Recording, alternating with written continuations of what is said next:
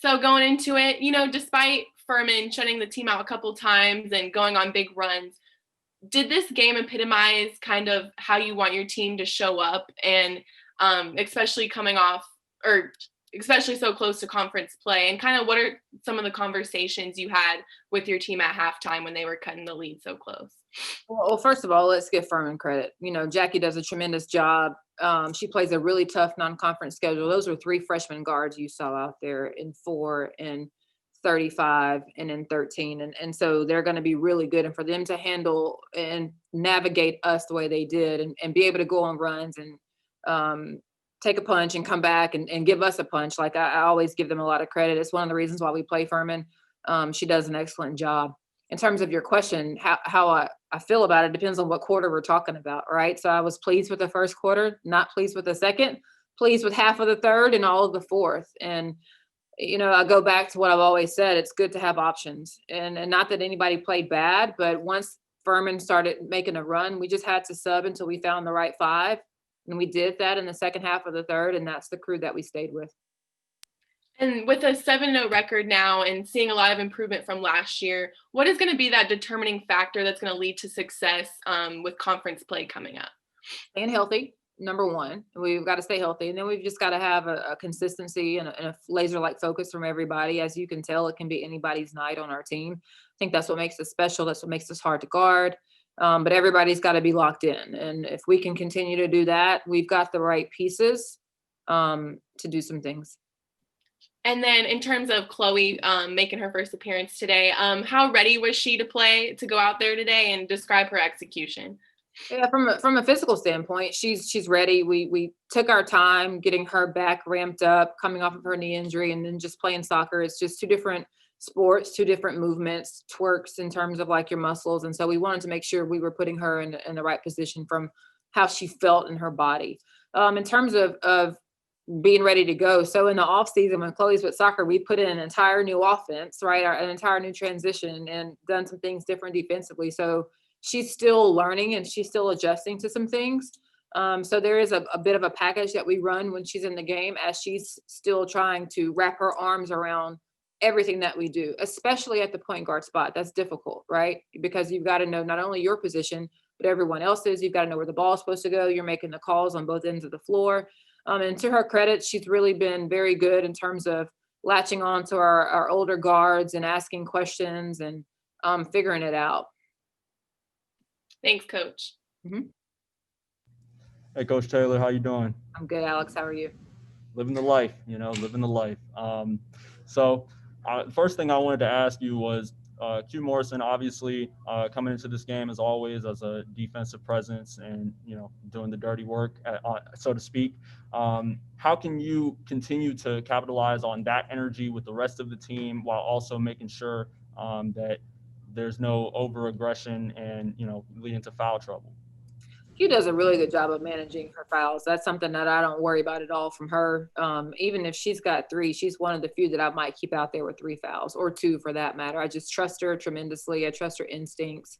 That's who she is. So, and again, I've said this before, like I can't take credit for who Q Morrison is defensively. She came to us that way. That's just part of what she brings to the table. And then I think, everybody feeds off of her. Michaela's got some of that same instinct. SA's got some of that same instinct. Gabby's diving on balls. Our post players are diving on the floor for balls now.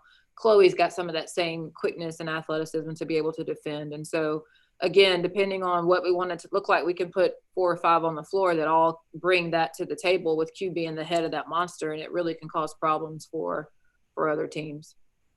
So you mentioned, obviously, some of the things that you guys have been adjusting in practice with, obviously, a new offense. What exactly has been the transition for SEC play, and how exactly has this game prepared you all for that? There hasn't been a transition in terms of doing anything different. It's been a lot of transition in terms of our talk and our mentality. I think we're very experienced. We know the challenges that present themselves when we go into conference play. You're talking about some of the best players in the country that we're going to face every Thursday, Sunday, and Monday. And so what we've got to do is be consistent We've got to manage our mind and manage ourselves when we're not, on the practice floor. And that's the hopefully benefit of having an experienced team, a senior heavy team. And also there's a great reminder of last year having your season cut short. I think there's a hunger here that everybody wants to capitalize on in terms of making sure we take advantage of every moment. But we know we've got our hands full December 31st. So you mentioned hunger, so I have to go ahead and get this out the way. So Gingerbread Houses, which one had the best? Don't say yourself. I just want to know honestly who had the best house. I just want to know. You know what? Marketing question. I know. There were a lot of really good houses. Like, I don't know if you guys saw any of them on Instagram or anything. I think they were posting it on Insta story. They really got into it. There's something I liked about all of them. So for Caitlin and Gabby were together and they put the Lady G on the roof of their house. Q and Maya probably had the best Christmas tree on their house. Our managers had an all white house, and that one was the cleanest, I would say, for sure. Just something about all white and being really clean. And then our one of our managers, Ashlyn, she bakes cakes and decorates, and so she had all the swirls and designs going with it, and so it was really good. Jenna Stady had an amazing house. Everybody was really good. So the best one, if I had to absolutely say the best house, I'm probably going to go with the managers. If I had to pick a best house. Meaning, I think our house had the best meaning. The coach's house had the best meaning. We had Show Up, which is our theme for the year. We had a cross. We had a Nike sign. We had a basketball on ours. So meaning, ours had the best meaning, but the look of it was probably a little suspect. Probably, but nonetheless, thank you, Coach Taylor. Yeah. Hey, Coach, how are you? I'm good, Brandon. How are you? Good. So correct me if I'm wrong here, if I'm off base, but I felt like, as you said, it was kind of a tale of two different teams in the third quarter. Do you feel like early on there was a lack of being locked in? And what kind of changed there from the second half on through the fourth quarter? Because it just felt like y'all were smothering on defense again, and Furman had a 4.5 minute scoring drought, 3.5 minute scoring drought. So what was kind of the difference there? Yeah, again, I'm going to give Furman credit there for coming out and executing their game plan, but I'm not going to read too much into it. Otherwise, Brandon, I'm not going to say this is, we're back to last year where we had lulls in the third quarter. Like, I'm not concerned about that at all. Furman runs a lot of stuff. We just played a game on Thursday and, tried to turn around and get prepped for them. So we probably went through, from a scouting standpoint, only a smidget of what they run. And so they had us on our heels a little bit because of not knowing some of the stuff they were going to run. And once we just said, hey, guys, let's do what we do. We went back and hedged ball screens in the third quarter. I think that made a big difference, and we disrupted a little bit more. But I'm not really concerned about Furman making a run. Number one, because I knew they would. That's just how Jackie's teams are. That's how they're built. If you go back and look at our games in the past, with the exception of one or two games, it's always been pretty close. She just figures out a way to stay in games, and that's what makes her really good. So I'm not too concerned about it, making it a bigger deal than what it is. Now, if it happens again, ask me about it after that. Cool. And then on Chloe as well, how cautious do you have to be with expectation on her guard play, obviously being the two-sport athlete? And do you think she will get to the point to where she has a grasp on most of your playbook and you can run more than just say, hey, here's one package? No, absolutely. She got to that point last year. If you look at last year, she was in her groove. She was comfortable. It is a lot to be a point guard here. We put a lot of responsibility and expectation on that position just because of what we do. I think where we're cautious with her is just her body, right? That the wear and tear of somebody who never gets a break. And she's really serious about both sports. And so if we're cautious with her, it's in terms of, if you look at how long we allowed her to get back to full strength before we played her. In fact, Chloe texted me Wednesday night and she's like, Coach, I'm ready to go Thursday if you need me. And I was like, I appreciate that, but we're going to wait till Sunday. That was the plan. We're going to execute the plan.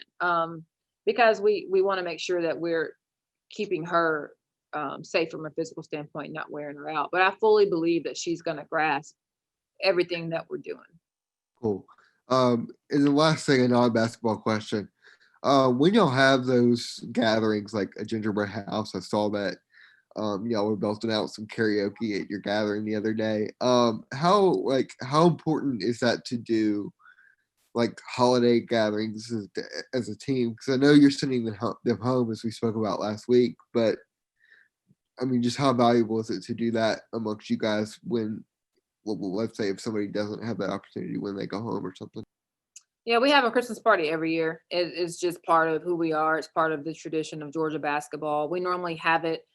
This is the first time we've had it in the gym because normally somebody hosts us at their house. And obviously with COVID, we couldn't do that this year. So we, you know, tweaked it a little bit. We wore some pajamas and had some karaoke and had a gingerbread house competition. But it was a lot of fun. I think what you saw on Instagram, if you watched it, the story, it's just, it speaks to who we are as a team. We have a lot of fun together. This group is really mature in the sense of we can have a good time and play and laugh. And then when it's time to be serious, we can do that. And so it was a lot of fun. It was competitive. That's the other thing you saw. They were taking their time with those gingerbread houses and hiding them and not letting people see what they were doing. So they couldn't steal ideas. So we just have a good time and we're able to let our hair down a little bit. I think it's important, not only because of the times that we're in, but just in general. Like sometimes you forget these are 18 to 22-year-old young ladies who have a lot of pressure on them academically, on the basketball floor, socially in terms of what they do in the community and how they want to carry themselves. And sometimes they just need to have fun. And so as a coaching staff, it's our job to try to provide that balance and allow them the space to be kids and to just have a good time. Thanks, Coach. I appreciate it. You're welcome.